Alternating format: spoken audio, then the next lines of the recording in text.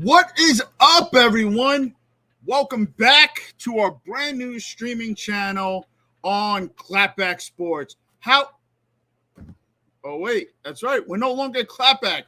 We are now the Giants Report. So, making the move over to YouTube. We are also rebranding ourselves, changing the name, bringing you the Giants Report. So, that is new. But as always, I am joined by my co-host, Murph. Say what's up to the people, Murph. What's up, my people?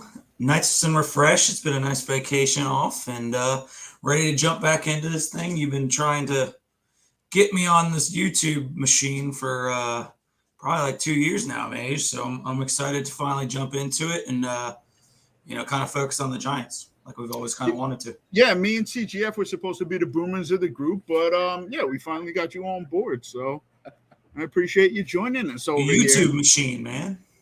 I don't really like the hat that you're wearing, but I guess we could save that for another episode. CGF likes my hat, so I'm not really worried about it. Didn't you say prior to this, make sure that you're wearing Giants brand apparel and here you come with the CGF? I said New York themed apparel. No, you told me not to wear any Mets stuff. Well, they don't represent New York, so I mean, they don't represent. You know what? Stream's not even 2 minutes in. I already want to kill you. I can go What's up, CGF? How are you? What's up, Mage? What's up, Murph? It's been a while. It's been, I feel like a year since we had one of our podcasts.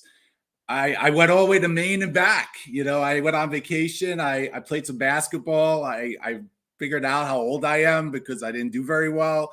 Had some lobster roll in Maine. Didn't get any speeding tickets. So I'm just glad that training camp's starting and we could talk about some Giants football. Yeah, that's right. And also, too, the Giants announced that they are wearing the throwbacks this year, twice this year. So I had to go with a throwback myself.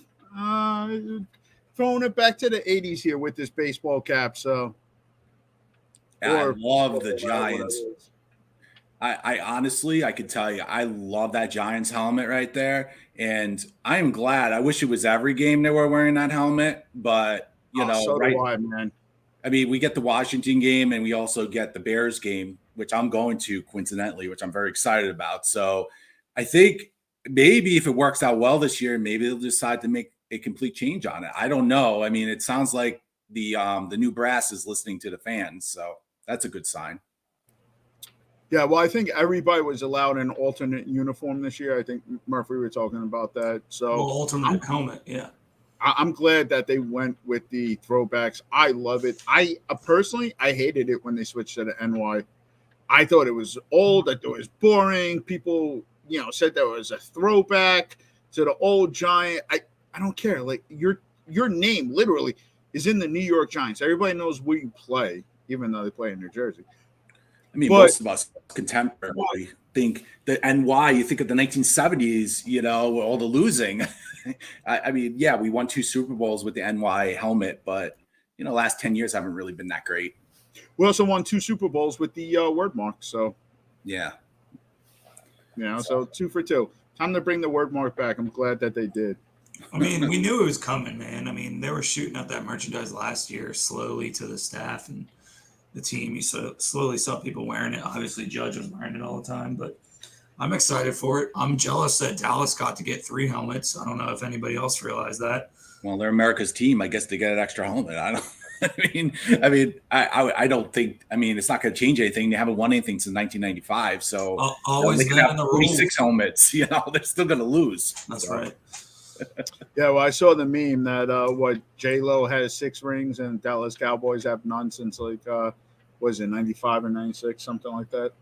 Yeah, I mean, it's been like 2 generations. It's and Jerry was talking today. I was clicking through the different sports channels across the country, and Jerry was talking today about how much faith he has, in McCarthy, and I'm saying, you really, if you're starting training camp and you have to have that conversation, that's not a good sign. So I don't know. Well, I'm looking forward to more than anything. I'm looking forward to this regime change. Yes, I was a big pro Joe Judge guy. I fell for it. Let's just put it that way. I'm not going to beat around the bush. I fell for Joe Judge's toughness. I liked what he brought. I thought he was a well speaker. I think a lot of Giants fans fell for it, but I'm really excited, man. I think if you want to call me a boomer, here's where I am a boomer. I'm excited because I'm catching up to the age in the NFL.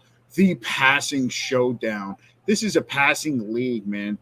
So you bring in Brian Daboll from the Buffalo Bills. Then you bring in Mike Kafka, who's going to be the offensive coordinator for the Giants, coming over from the Kansas City Chiefs, learning under Andy Reid, both coming from really good offensive systems. That's what I'm looking for. Honestly, this year, I'm probably most worried about the defense. Yeah. Just because we saw what Wink Martindale did or where his defense is ranked without an actual secondary, there's nothing right now that tells you that I feel pretty good about the Giants secondary. Well, no, I mean, if we're gonna, let's be real. I mean, the defense was a strong suit of our team last year. If you don't want to talk about any strengths, I mean, defense is probably going to regress, Mage, like we've said, kind of this whole offseason, just behind closed doors. Like, we can't expect them to be a top 20 defense again. I mean, there's going to be a lot of transition and a lot of learning, and there's going to be a lot of growing pains. Yeah, I mean, I read a Steve Serby article today with interview with Xavier McKinney, and it was actually pretty eye-opening.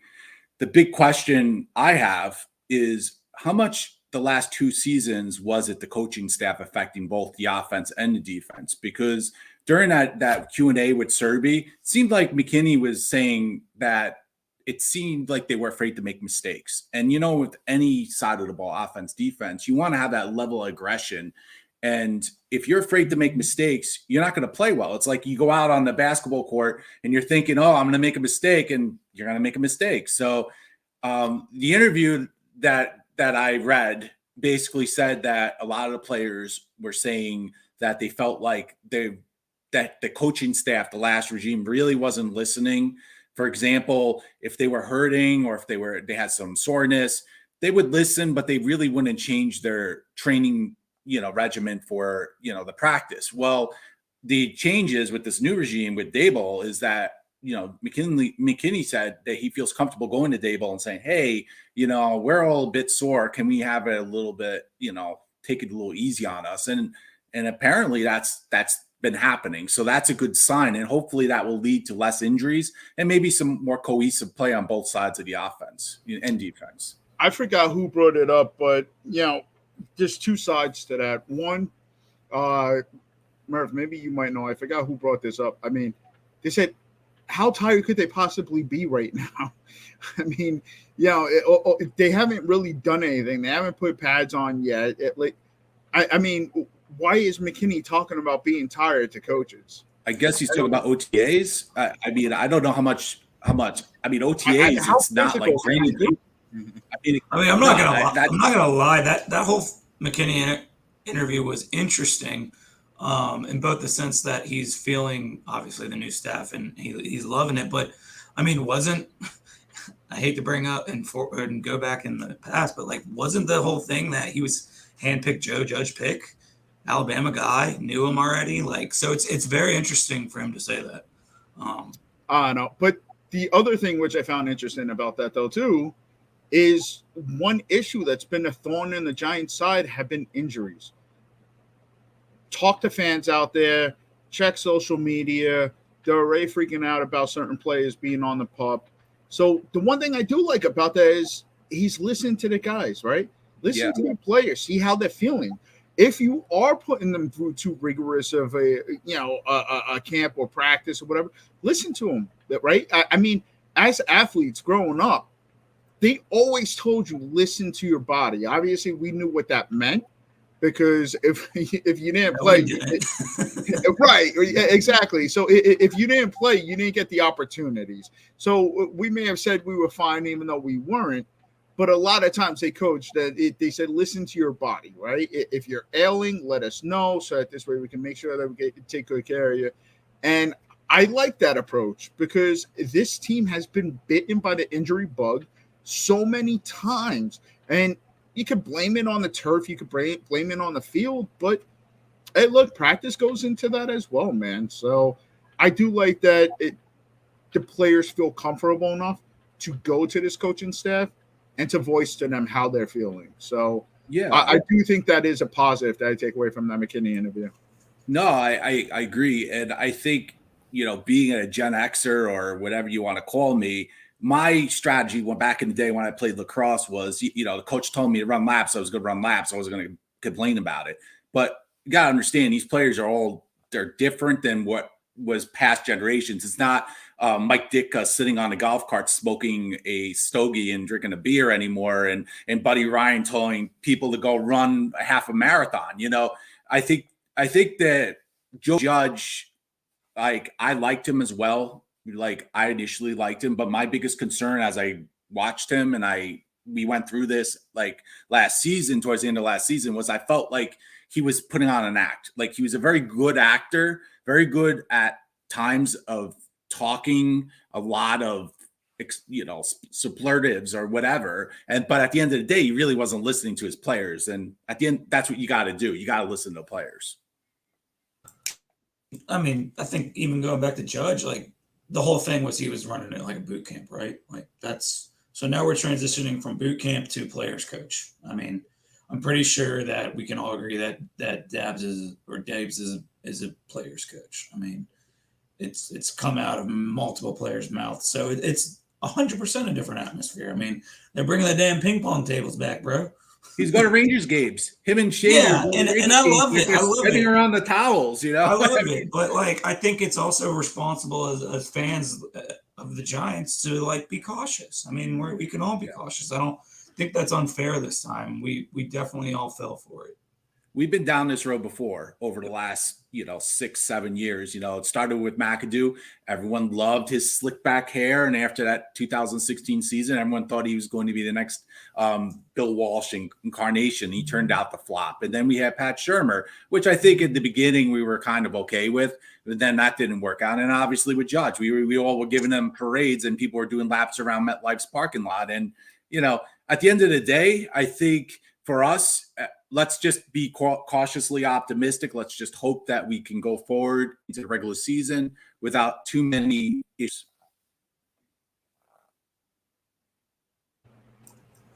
You kind of cut out there at the end, but no, I just said let's just hopefully we can go into training camp without too many issues. Yeah, no, I agree. One thing I have to disagree with you on, though, I was not okay with that Pat Shurmur hiring. They waited way too long. Yeah. And, he was like the last that was left. And only reason why people felt okay with it is because of what he did in Minnesota that year. So, that's kind of how I feel about McAdoo, though. And the McAdoo thing is kind of crazy, too. I mean, I don't know. Looking back, bro, it's pretty pathetic. I was not a fan of McAdoo. The thing is that we only made him a head coach to keep him away from Philly. Like we panic, man. We are a panic organization. I don't even think we want to go down this rabbit hole, but like, yeah, a lot of the things we've done in the past 3 coaching staffs is fucking strange. All I'll say is when McAdoo showed up at the introductory presser with the big, the big, the movie Big, where the suit's too big, I was like, this is not going to work out. I mean, the guy can't show up at his introductory presser dressed right. This is going to be an issue. And, at first it didn't look like that, but then the wheels came off. So let's just see what happens. I'm cautiously optimistic right now.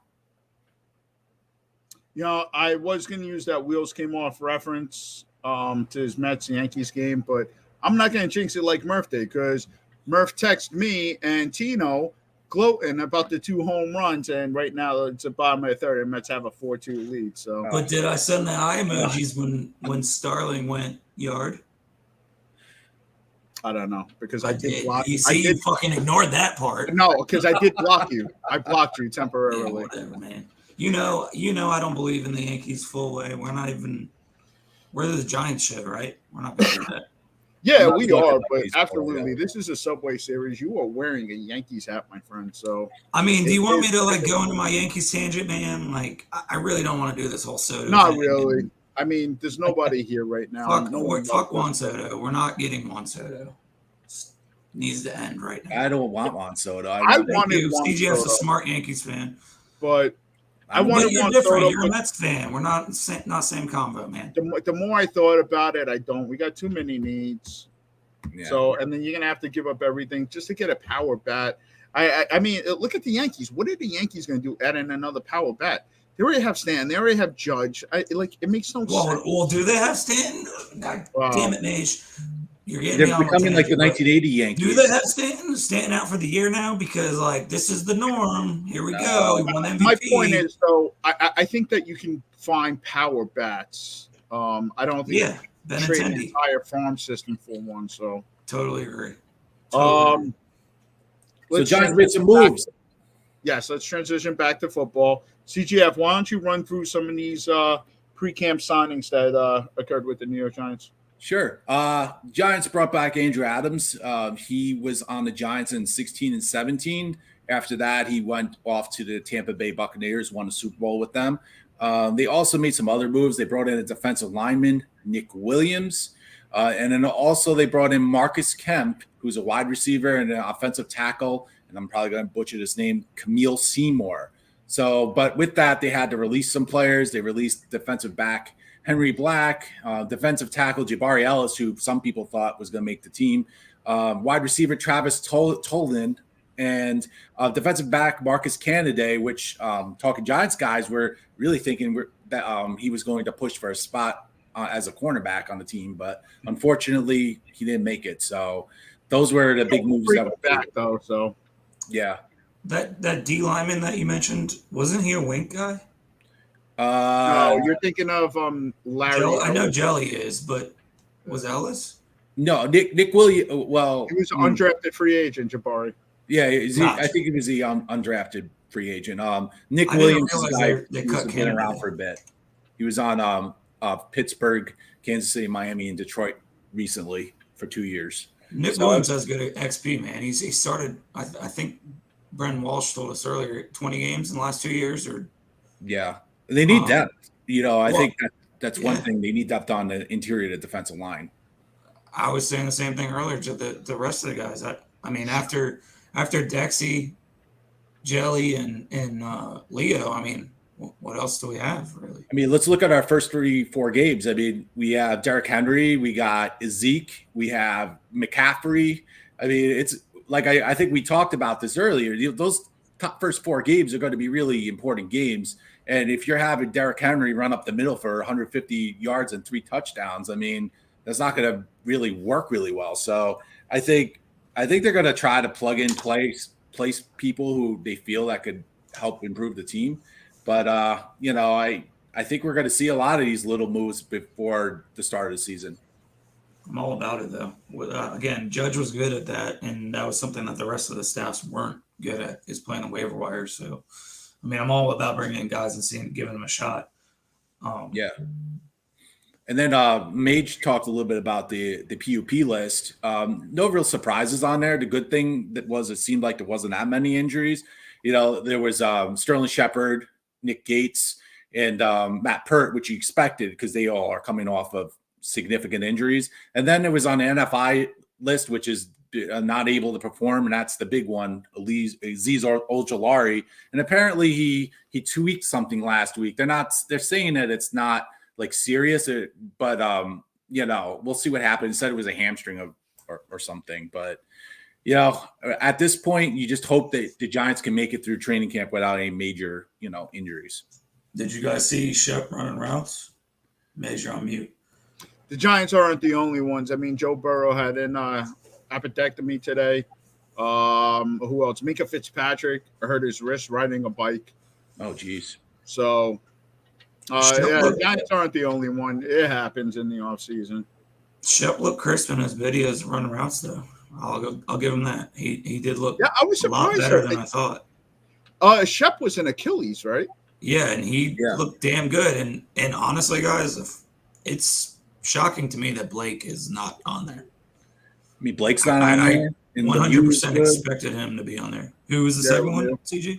Lemieux. Lemieux had a pretty serious injury. And even Daniel Jones. Yeah. We talked about Daniel Jones. I mean, Lemieux was practicing, though, at yeah. OTAs. So, I mean, It's promising to me that there isn't this plethora like usual years, previous years of people on the POP. So it's a good start.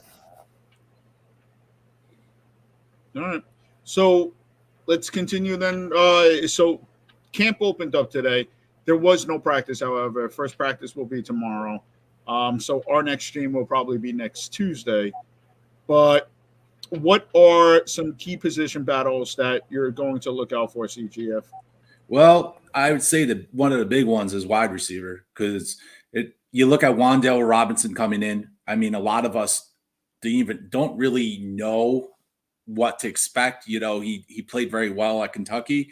He could come in here and be a weapon right out the bat. I don't know how fast he's going to get acclimated to the offense, but you know, you look at Wan'Dale, you got Tony, you have Galladay, who obviously can only go up from his performance last year if he could stay healthy, and then you have Shepard coming back, which, you know, all intents and purposes, it seems like he's doing pretty well right now. So, you know, and then you have the big question mark in Darius Slayton. Is Darius Slayton going to be traded? Are they going to send him to the Bears or the Ravens, or are they going to try to, you know, keep him around? And then, you know, there's some other players, you know, some people like Keelan Doss who probably won't make the team, but there are a lot of players that came in that are going to be vying for the bottom roster spots. So what do you guys think? Do you think the wide receiver position is a position where there's going to be a lot of competition, especially towards the bottom? Not for me, because I mean, we don't really have a whole lot of wide, you know, like if you were talking about a crowded wide receiver room, you got to look at a place like Tampa Bay, who just added Julio Jones to their wide receiver room. The Giants, I don't think necessarily have I mean, I think if we had to guess a depth chart today, I think we could do it, right? So it's going to be Kenny Galladay. It's going to be Kadarius Toney. And then Shep, if he's healthy, he's going to start over Wan'Dale Robinson. Wan'Dale will probably be that fourth, you know, on that depth chart, along with Slayton. Richie James is probably more of a special teamer than he is anything else. He'll probably handle return responsibilities. I don't know. Outside of Colin that, Johnson. You got Colin Johnson. Colin Johnson too. Again, if he doesn't get cut, I mean, he gets that last spot, in my opinion. right now we have. I mean, there's a bunch of people. So, I mean, with Wan'Dale, you mentioned Wan'Dale. I mean, I hate doing this because we all do it, but like, I go back to the Bills and I think Gabriel Davis. They acclimated him nicely as a rookie. He had, I believe, at least 5 TDs as a rookie, but he didn't play a lot. He just played in situational roles. And then last year they kind of started letting him have a longer leash, and then now he's a bona fide starter going into year 3. So for me, I kind of see that with Wan'Dale. Tony's going to be the outside guy, and the guy that's going to spread the field, in my opinion, is going to be Wan'Dale. And I do think they have big plans for Wan'Dale. I'm kind of with you. We'll see. Maybe they acclimate him quick because of shortage, but again, I guess it comes down to like what they need. If they need him to step up earlier, then I think they'll give him that shot over Keelan Doss. And like, we have nothing to lose, man. So yeah, for me, honestly, one of the position battles that I'm really looking at is probably linebacker. I think if anything, there's more mystery there than I'd say almost any other position. Maybe throw secondary in there too, but I'll leave that up to Murph to talk about the secondary then. But again, are we going to be a 3-4? If so, right, then we could probably say that Thibodeau and Aziz are going to start at the outside linebacker position. Then the question is, who's starting in that 3-man front, right? I mean, is it going to be Leo? Is Dexter going to play the end? And yeah, you talked about bringing in Nick Williams. Is Nick Williams going to play the nose? And then if you go to a 3-4, who's playing inside next to Blake? I mean, probably Crowder. I mean, I don't know, man. I don't know. I mean, maybe one of the guys they drafted. Maybe. Well, that's the whole thing. I mean, if I had to take a shot now, I would say, or my guess, let me put it that way, I'm probably going with Michael McFadden. So I kind of agreed with you maybe early on with McFadden, but I see McFadden being the number. I see him and Tay kind of splitting that number 3 role eventually. Not week 1, but dude, I'm telling y'all, Beavers is going to be our guy. McFadden is the most athletic linebacker that we probably have that could probably play in the middle of the field. But he's like the rest of them. They all have the same problem. He's an all-ball linebacker that can blitz. You need somebody in this defense that can be able to disguise coverages with Wink. I agree. So that this way he looks like he's going to blitz, but then he can drop back in coverage, cover a tight end coming over the middle on the drag route, etc. You need guys that can disguise that. I'm sorry. I don't think Tay Crowder has that. No, Tay's done. I think Tay's he done. shouldn't be starting. I mean, if you want my opinion, he shouldn't be starting. He started out of necessity last year, but if we don't have anyone better than Tay Crowder, I don't know what to say. I mean, you would hope that we've upgraded enough, through the draft. My thing with McFadden though is like he's kind of like Blake. Like, yes, he does have better coverage attributes, but he's not a great coverage linebacker, Mage. He's very slow. He's not very agile.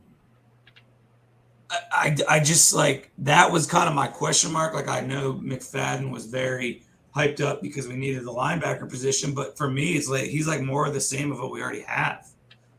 So I'm trying to figure out with you guys who that guy is that's lanky and can cover. And I mean, I go back to my last year's summer, who I wanted to be our dark horse, and Cam Brown's that guy. He can fucking cover and he's lanky, but like, I don't think we have that guy on the roster. I really don't. I think, a lot of us are hopeful this year that we're going to be better than we've been. And, the bar set really low for that to happen. But I think we got to look at it as more of a 2 to 3 year project, because the players that we need are still out there. They're still in college. So, I'm optimistic they'll be better this year, but there's still some areas on the team that I'm a little worried about. And I would say linebacker, especially in the interior, is something I'm concerned about. Murph, I want to come back to you because you were shaking your head about the front three. So what were you shaking your head about with the nose tackle position? Jelly's the nose tackle, man. Dexter is not a nose tackle. I never said that Dexter would. I said Dexter would play the end, and then maybe Nick Williams at nose. But yeah, well, I could see that too. But hi, Murph. Thanks for joining the show. 28 minutes in. No, I kind of wanted to touch on Dexter a little bit. Like, this whole notion that he's going to be a no. Not saying you said this, but like, there's a lot of people out there that just throw Dexter in the middle. He's huge, dude. We got to bite the bullet on it. He is a big guy, but he's a fucking end. He doesn't move like his size, right? Like, he's a little bit more athletic than what his size shows. He's just not going to be our nose tackle that we hope that he could be Dalvin's replacement. He's not. Especially if you're going to look to stop the run. He's a tweener. In my mind, he's a tweener. And that was my issue with him when he was drafted, is that he's not, he's good, but he's not going to be a difference maker. And I think they should have, my opinion, they gave him the 5th year. I wouldn't have done it. I would have let him go because I think he's replaceable. I don't know. Maybe I'm wrong, but that's. Well, I think the issue is what it costs to keep him versus what it would cost to replace him.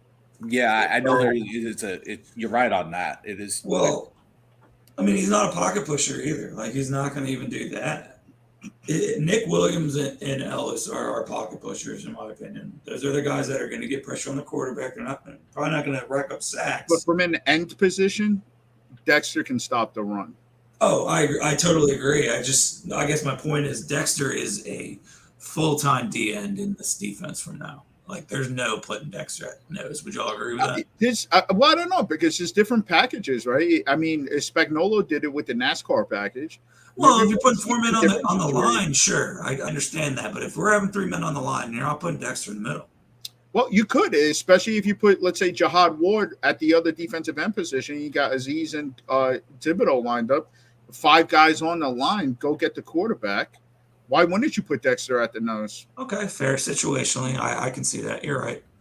I think Jihad Ward's going to get a lot of time. I mean, that's just something I think, Wink is familiar with him. I think he's going to get a lot of time. And I think it's good to have someone who knows the defense to come in and help these guys who are, readjusting to a different type schematically, a defense that's going to be much more aggressive, and I try to warn people, it's going to be rough at first. It's going to take a little bit of an adjustment for these guys to get used to this because, Who do you think Jihad Ward gets the playing time over?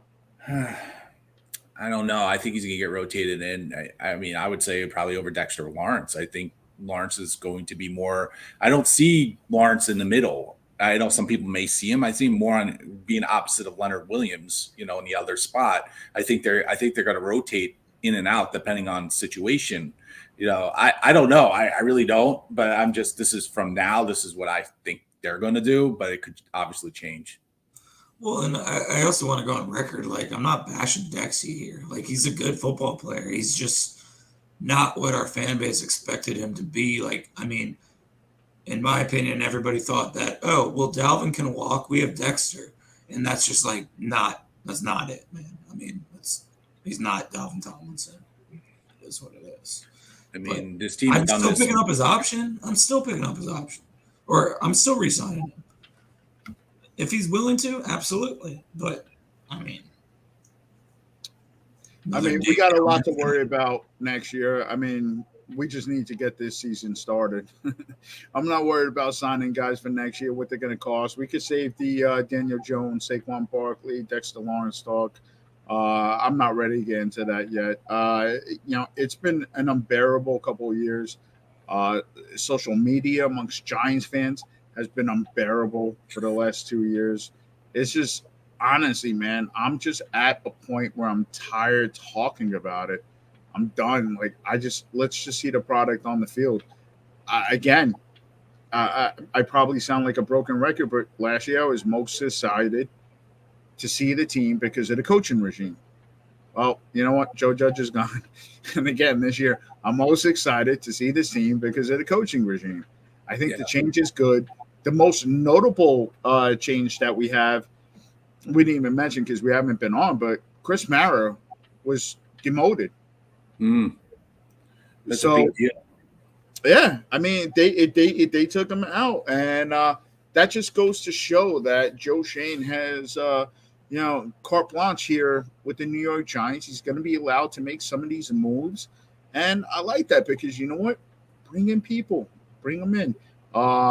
We still haven't really seen yet. We probably won't for a little bit, but Tierney's effect on Daniel Jones. I'm kind of hoping that Mike Kafka will be calling plays from the booth.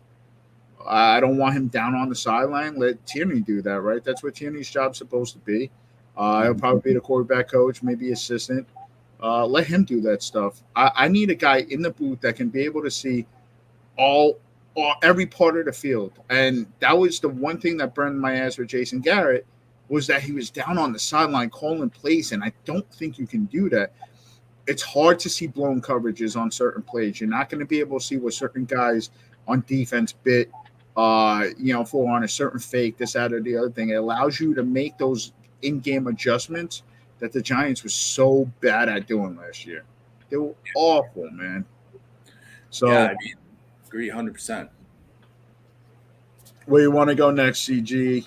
Well, what do you think is the 5 keys to training camp? I have a good 5 right here. Do you want to go first, or do you want me to let you know what I think? I'll feed off of you. You go ahead. Okay, so the first one I believe is the biggest, and that is players staying healthy. If the Giants suffer any major injuries in training camp, it's going to really hurt them, especially, with all the pressure, on Jones right now and this team who is really has not had a good start in a long time. They need to come out of training camp without any major injuries. What do you think on that? Good stuff. No, I agree. I totally agree. Yeah, I don't think there's much really to add to that. I mean, there's no denying. I alluded to the injuries earlier. I mean, they need to stay healthy. Okay, yeah, and I think another important key that we're going to see is how fast the offense and the defense can adjust to the new schemes with Martindale and Kafka. I think as a Giants fan, my hope is that when we get to week 1 down in Tennessee, that the Giants are in a position where the players on both sides of the ball are familiar enough to know what to do. I know we go back to the years of Spagnuolo. It took a while for the defense to really key into his sort of schemes on defense. And I'm not saying that Martindale's schemes are similar to Spagnuolo's in ways that they probably are with the blitzes, even though it's a totally different 3-4-4-3. But I just hope, from my perspective, that these players can come in and in the 3 preseason games learn enough and become more of a cohesive unit, which it seems like even, from a personality chemistry perspective, based on some of the things I've read, it seems like the cohesion is improving. So, we'll see in the next couple of weeks. I would totally agree with you. I'm not worried about the defense. Like I said earlier, they're gonna struggle. But for me, and you mentioned this earlier as well, offense has got to get a fast start, and we got to get a fast start as a team. And that starts, unfortunately, in today's day and age, on the offensive side of the ball. That offensive install is probably, in my opinion, the most important piece of training camp, behind the offensive line gelling. Those are my top 2 for sure. But yeah, I mean, if we can't get off the ground offensively, it's probably going to be a slow start. Yeah. And that's another point I have, is that Jones needs to have a very strong camp, because he needs to take a strong camp into that first game against Tennessee, because there's going to be a tremendous amount of pressure on him. And, some people just don't care. They're done with him and they want him gone.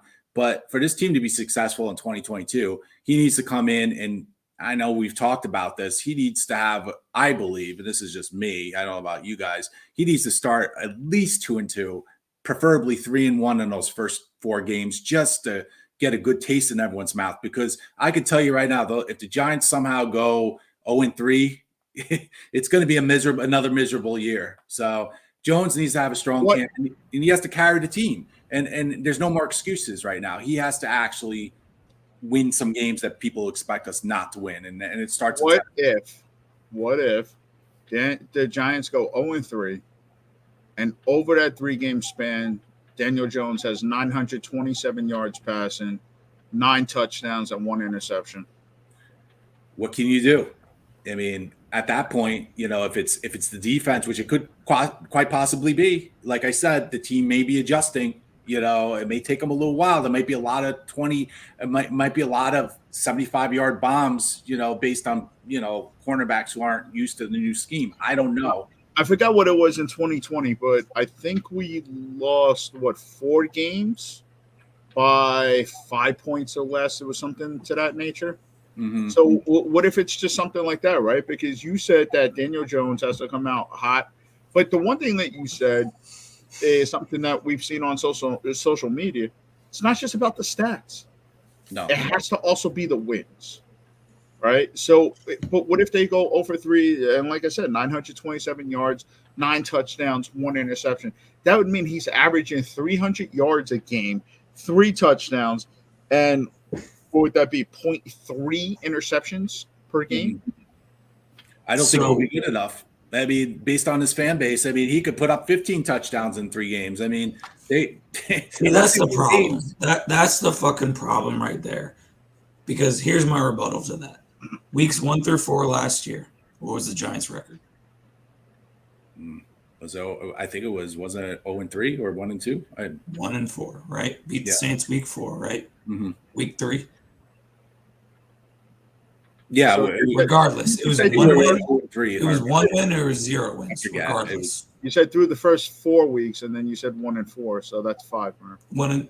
I think so. They got their first win actually probably week 5. The Saints, regardless, they won 1 game or 0 games in the first 4 weeks last year. Who was the top 5 quarterback in the league first 4 weeks? He was. Who was? His name's Daniel Jones. So this whole fucking thing about wins and Daniel Jones' success is bullshit to me. If the stats are there, he's worthy. There's the argument that he could be the garbage man like Blake Bortles. That's fine. Danny wasn't a garbage man week 1 through 4 last year, so I don't expect that to happen this year. So in my opinion, sure, they're going to cry. They're going to say it's Danny's fault. But if the Giants go 0-4 and Danny has those stats, no. That's not Danny's fault. Well, I think if they go 0-3 and Daniel Jones has those stats, I don't think he gets replaced. But I mean, it's possible that his seat gets hotter to, CGF's point. So I know a lot of people say that he just has to elevate the team. I mean, I don't know how you do that, especially with the offensive line that he had last year, the crew that he had last year. You just have to elevate. Well, that's the problem that I have with some fans is that they claim to be objective, but you don't look at things from a holistic point of view. You're looking at things short-sighted. Everything's about the quarterback, man. Right. I mean, there are other things that go into it. There are numerous factors that go into, determining wins and losses. Football is the only sport in the world where there are 22 players on the field at one time. 11 for one team, 11 for another. Right? Oh, wait. Yeah, and that's not even talking about the coaching. It's not talking about the coaching. I mean, a lot of people think that. Wait, now I gotta ask CGF this because I don't think that Murph would know. How many in soccer? 11 total, right? No. All right. Well, anyway, you get my point. Taj is here. What's up, Taj? Taj. He's on. He's checking us out. Yeah. So I mean, but seriously, I mean, honestly, if for Daniel Jones, there's no way that you're going to be able to appease any fans that wants Daniel Jones gone this year. It just doesn't matter. Daniel Jones can go out. He could throw for 5,100 yards, 40 touchdowns, 5 interceptions. And if the Giants go 13, they're going to want him gone anyway, even though he wasn't the problem. So, and that's what drives me nuts, guys, is like we just changed staffs again. And I'm sorry, but like the O-line is probably not going to gel immediately. It's going to take some time. It's going to take time. And it's just going to be Danny's fault. And it really sucks that it has to be that way. So the only thing that can change that is the Giants get off a hot start, right? I mean, it's a must. It has to happen. I mean, in my mind, 3-1, worst 2-2. If they can win that first game, it's going to be a tall order. But if they can go in Nashville and win that game, I think you can kind of maybe calm people down a little bit. You'll still have people who don't want him as quarterback, but you win that first game, and then you have Carolina week 2, which keep in mind, I don't know what we're getting with Baker Mayfield. I mean, he may come in there and be pissed off and go crazy. I don't know. I mean, Carolina doesn't really scare me, but this is the same team that lost to Atlanta Falcons last year at home. So, I mean, I just hope this team can go 2-2 or 3-1 through the first 4 games, through the first quarter post of the season, and have something for us to be happy about as we go into the fall. Because I tell you right now, 0-4 or 1-3, it's going to be a nightmare. No, you're right. I mean, that's just the way that it is. This fan base has dug their heels in terms of their opinions. I mean, they got what they wanted this offseason. A lot of fans want Dave Gettleman gone. They wanted Joe Judge gone. They got that. And John Mara does listen to the fans. But again, I think the tide is turning. Hire Joe Schoen. I think Joe Schoen has carte blanche. And we've seen that. Again, we talked about it with Chris Mara being demoted. So also watching the Mets game here too. So my reactions maybe related to that. But can you imagine? I hate to use this talk about baseball for a second, but can you imagine if it's a Subway Series this fall, how crazy New York will be again? I mean, I remember the last one, but I hope you think things are bad now with the Giants fan base. Just imagine if that happens. I mean, I would love it just for New York by itself. Yeah, I mean, it would be nice for the area, but so go ahead. What do you think as we look at training camp? What players do you guys think are potential breakout players? Who do you think is going to have a really good camp? Murph? That's a good question. Well, I was really high on Bellinger. I mean, obviously, and I still am. But that might not be necessarily a good camp. I kind of expect Tony. I kind of do. If Tony's for real, he's going to have an explosive camp because he dealt with a lot of BS last year. And if he wants to shut his people up, Tony's going to be good. We need that badly. But, I don't know. That's a good question. I haven't really thought about that, CGF. I'm actually thinking Wan'Dale. I'm trying to stay away from the rookies because, I have some expectations there. I'm trying to, you know what? Here's my guy. This is my fucking guy on the roster, anyways. Love. I think Julian Love is going to have a good year this year. And I think that he's going to submit himself as the starting safety in camp. It's for the taking. It's right there. So Yep. And I think he can do it. And in my opinion, he's one of the smartest players on the roster, and he gives 110% every single rep. So we're doing breakout. I'm most excited to see. Just like either or, who you think's going to break out, or all even. Right, so the play. I mean, honestly, there's a few players I'm excited to see. Excited to see. I'm going to say Saquon. I'm going to say Wan'Dale. I'm going to say Tibbs. Obviously, Neil. I'll throw in there. Right, all the new guys. I'm excited to see how they fit in because some of these weren't popular picks either. Wan'Dale Robinson in the second wasn't a popular pick with some of the guys that were on the board there. Some fans wanted George Pickens. We went with the smaller receiver and Wan'Dale Robinson. Breakout player. I have one. All right, go ahead. I'll come back. Aaron Robinson. You took. I was. All right. I think he's gonna have a really good camp. You took Robinson from me. That was. I was trying to think of multiple. Robinson was definitely one. I'm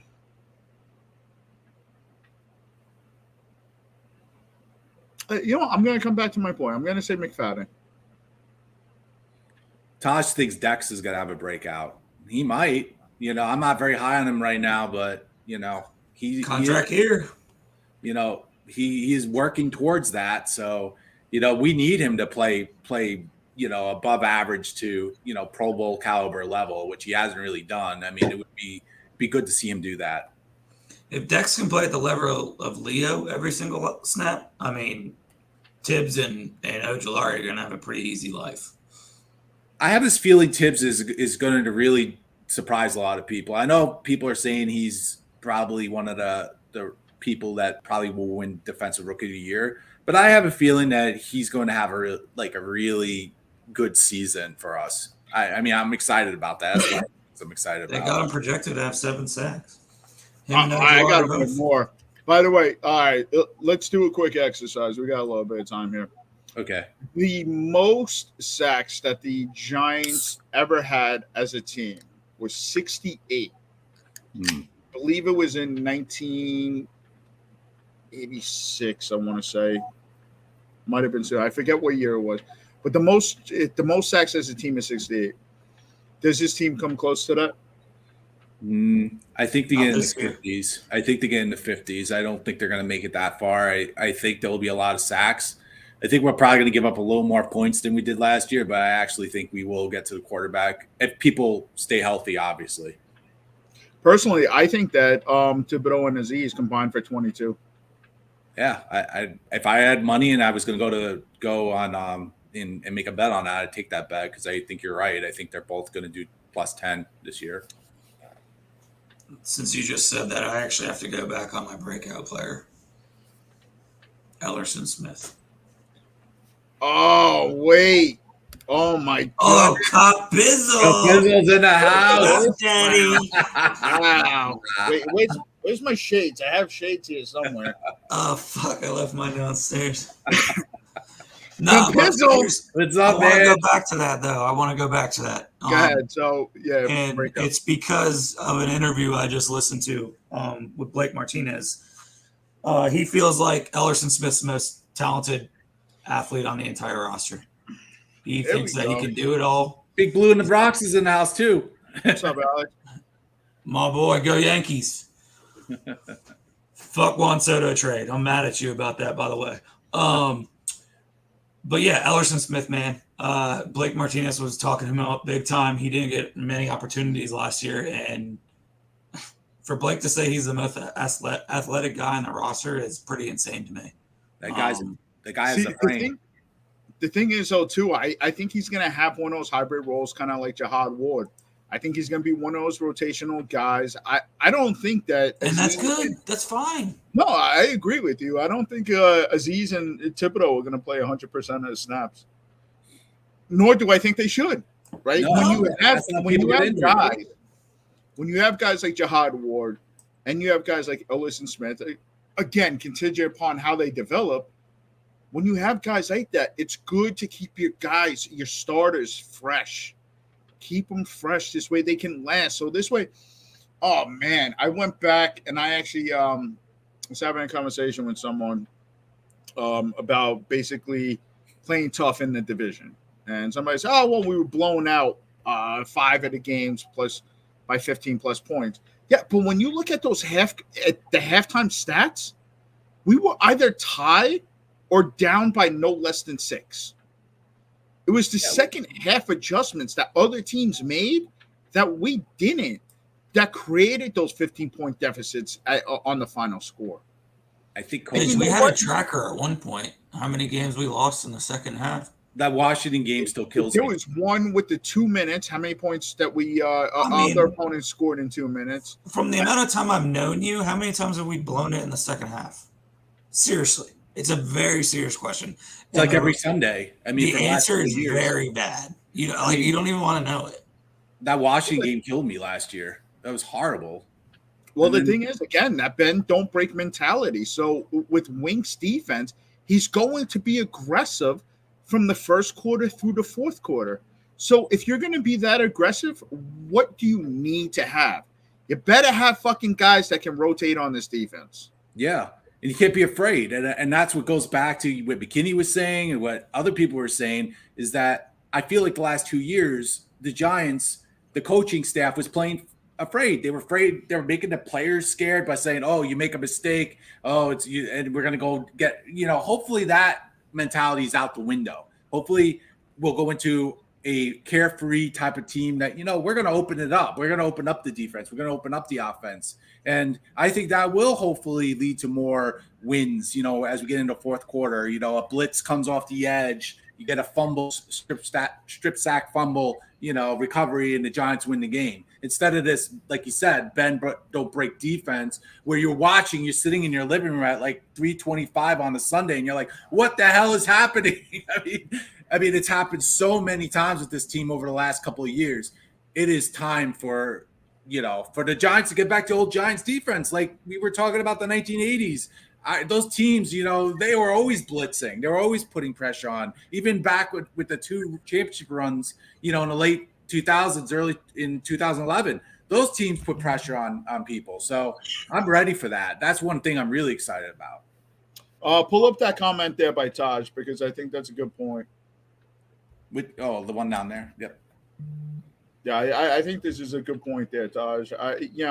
Just the pressures alone will create opportunities for a secondary, which we're going to have to lean on, because I think, again, the weakest part of this Giants defense might be the secondary or linebacking core too. But I think you can disguise that, especially if you have a good front seven with the pressure that we just talked about that you'll probably get from Ellison Smith. Cop Pizzle, thanks for subscribing, bro. I appreciate you. Thank you. So I think that this is a really good point. If you can get pressure from the front seven, you're going to create those turnover opportunities.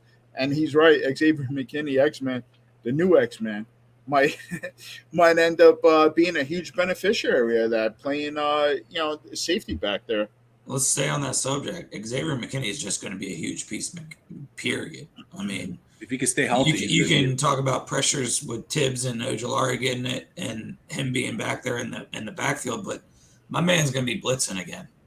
And he said that in that article that we talked about earlier, CGF. I mean, he's going to get back to the basics that he was doing at Alabama. And when we brought him in, if you guys remember correctly, I mean, there was a little confusion because he kind of played a lot like Jabril. Like, I mean, they put him up at the line of scrimmage a lot at Bama. He was more of a strong, or obviously still a strong safety, but he was obviously blitzing a lot more back then.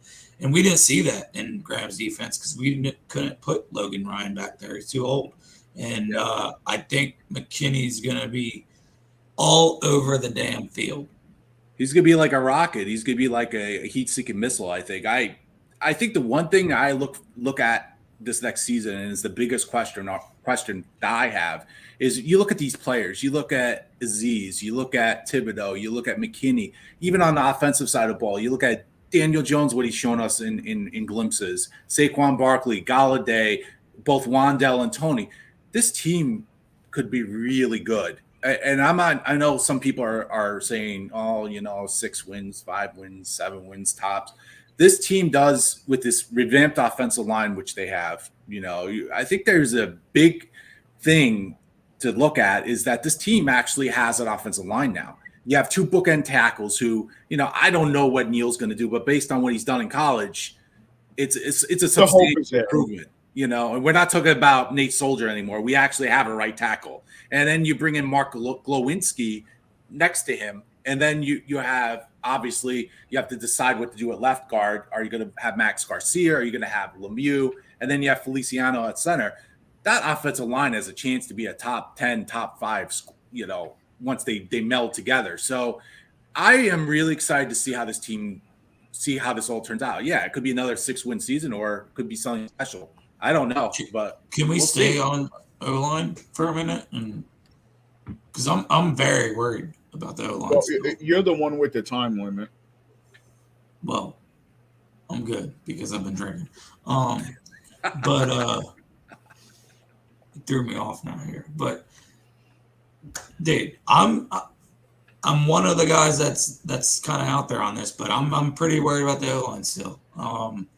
Massive question at center, in my opinion. Still, Feliciano is a placeholder, 100%, in my opinion. And unless Josh Azuda can step up or Shane can return to form at that left guard spot, I don't really think we have anything there.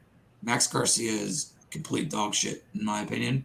Well, you also forgot they also drafted McKeithen. On the same time, he's probably going to be more of a right guard, right? The one thing that we're going in with that we kind of lacked previous years is we have depth on the offensive line. We have depth, but we have no front leader, in my opinion, at left guard or center. We have placeholders. And Josh is disagree with you. I think we don't know yet.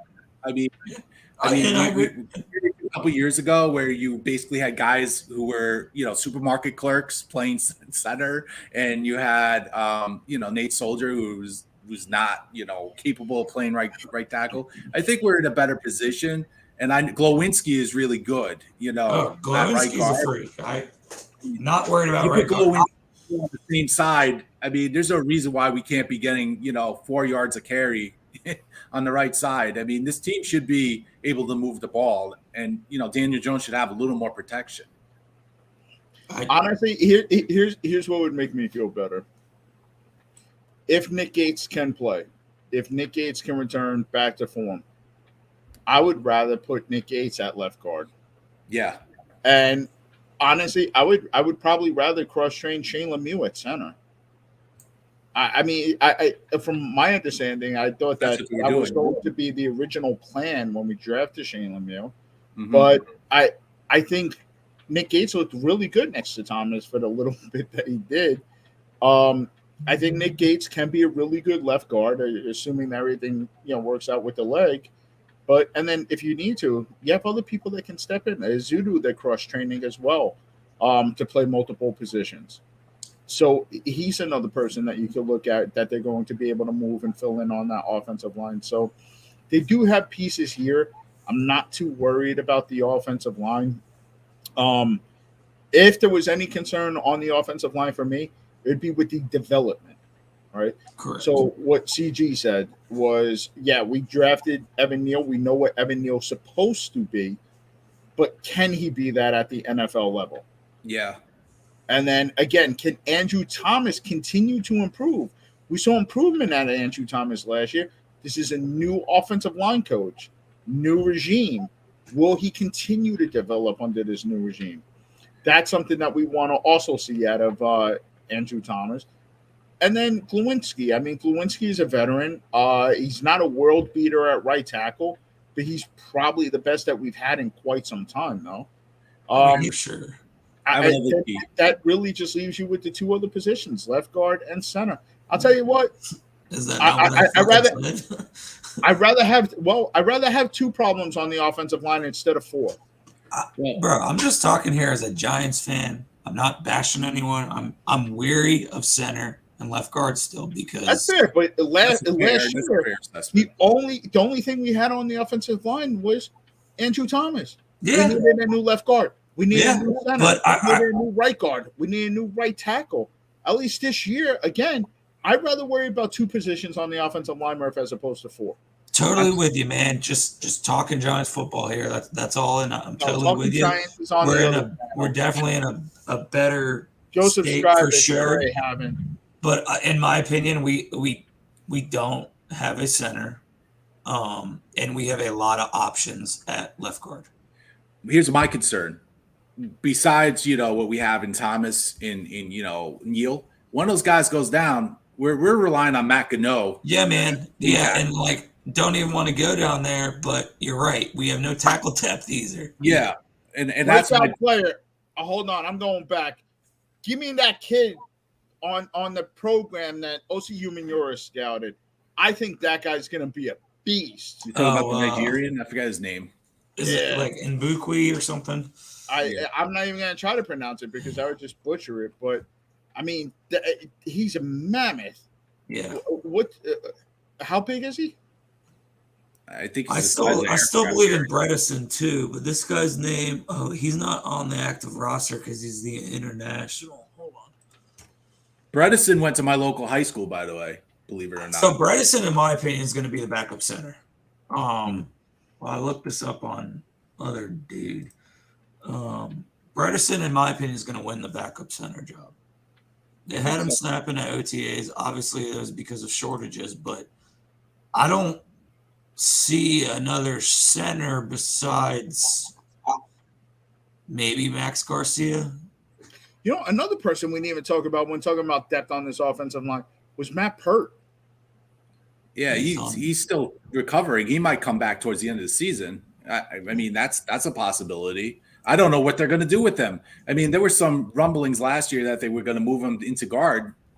I still think he's going to stay at tackle, but I mean, who knows? Who knows what you got there? I mean, we haven't seen a bad problem to have. Yeah. So his name's Roy Mbateke or something. He's 6. Wow, that's dumb. You click on it and it takes his attributes away. He is. Where'd you get, Roy? Man, he's just gonna start bitching. Murph can't even look so. Roy Mbateke. Yeah, so he's 320 pounds. And he's 6'9". It's like a Mekhi Becton size almost. It's a big dude. Big guy. And the thing is, too, you say 320. He doesn't look anywhere close to 320 because of his 6'9" frame. But, I think he has the potential to be what they thought Matt Pert would be for this team. People are also forgetting about Jamil Douglas, too, that Shane signed. He's a journeyman. And there's always people. I didn't even know he was in Buffalo too.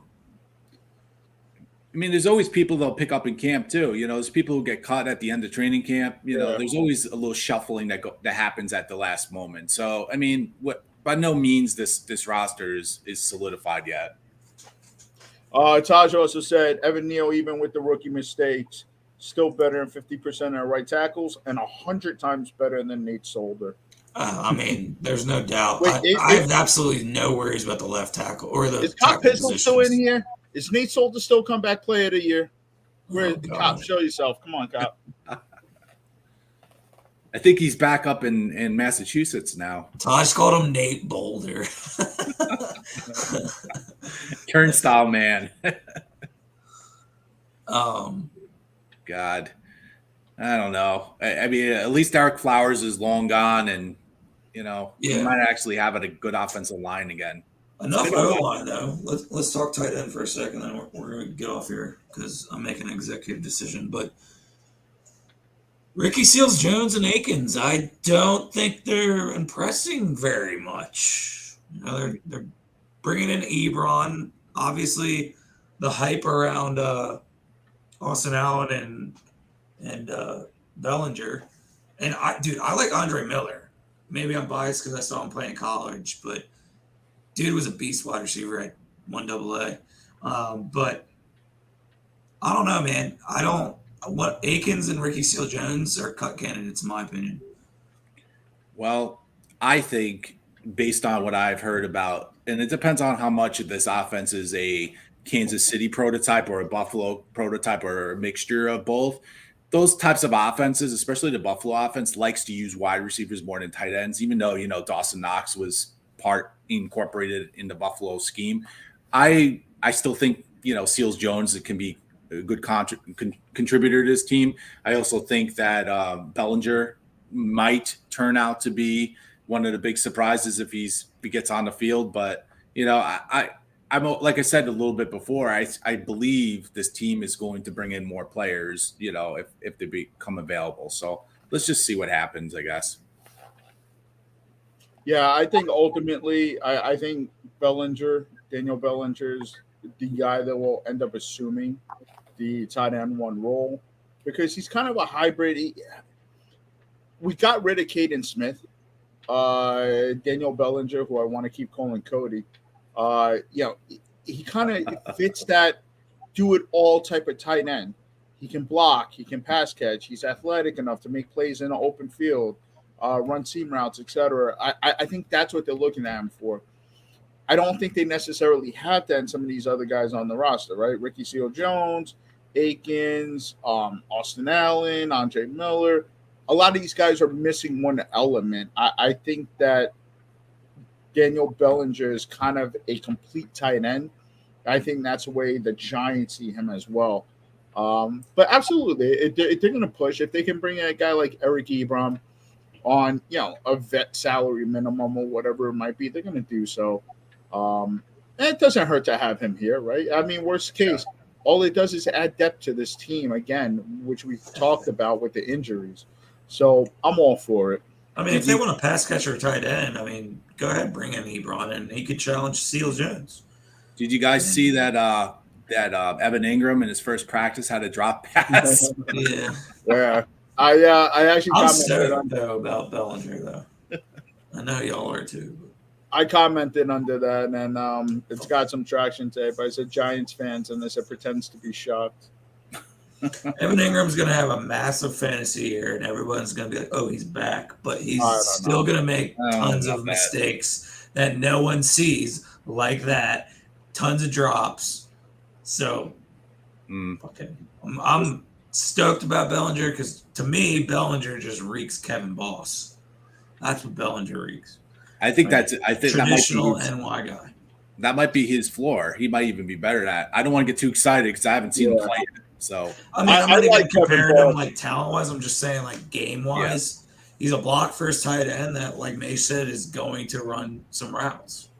I mean, honestly, people forget, but George Kittle first couple of years in the league, he wasn't the George Kittle that he is today.